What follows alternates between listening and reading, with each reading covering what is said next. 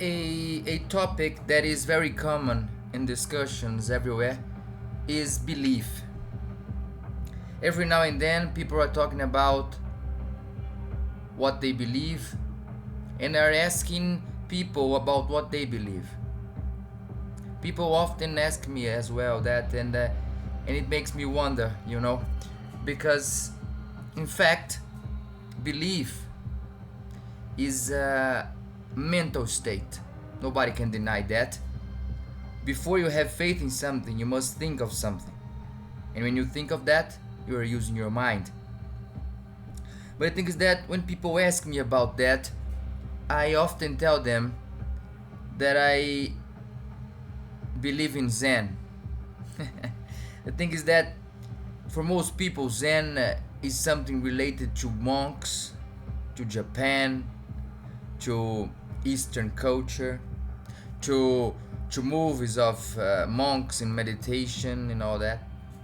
But it is a little bit different than that. The Zen is a philosophical path that takes back to Buddhism, goes back to Buddhism, to the word of Buddha, because the word of Buddha is spread wide and far, and in spreading, the word of Buddha gained different approaches. They went to different places and have different approaches. But Zen on itself is very simple. Zen is a philosophy, it's not a religion. It's a philosophy of life in which one just flows with everything there is. In that state, there is no transcendent state. It's the objective reality in its completeness. That is, do one just do things for the sake of those things, just for the sake of doing it.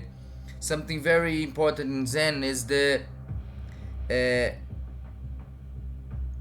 actions and the results. The results in Zen are not important at all. The thing is that the actions must happen by themselves.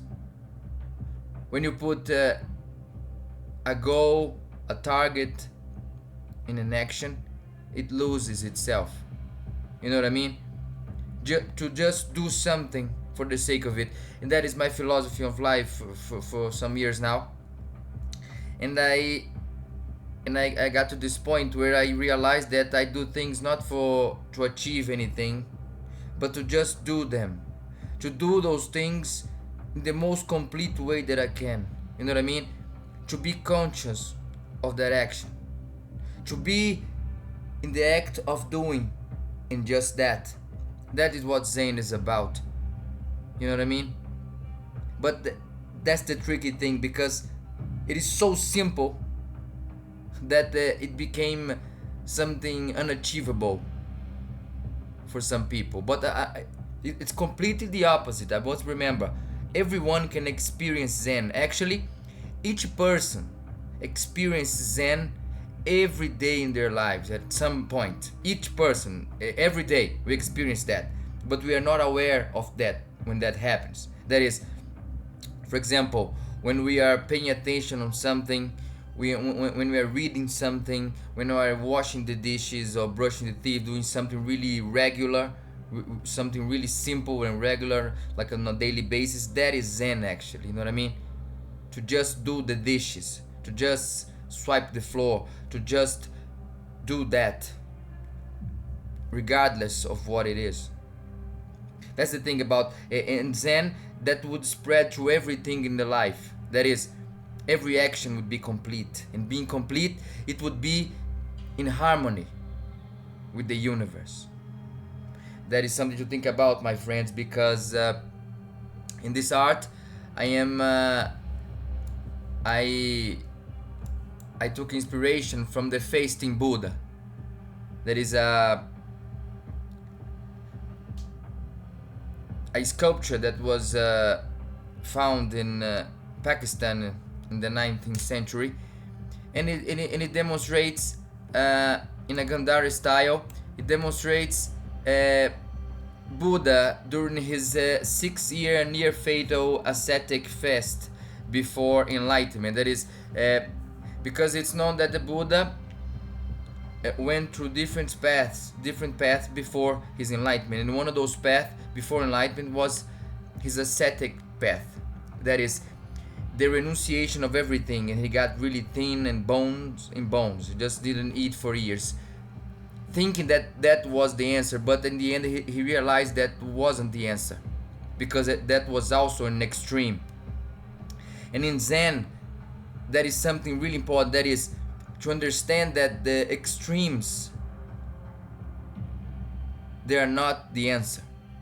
The right way would be the middle way, the way of the middle, the way of the universe, the way of balance.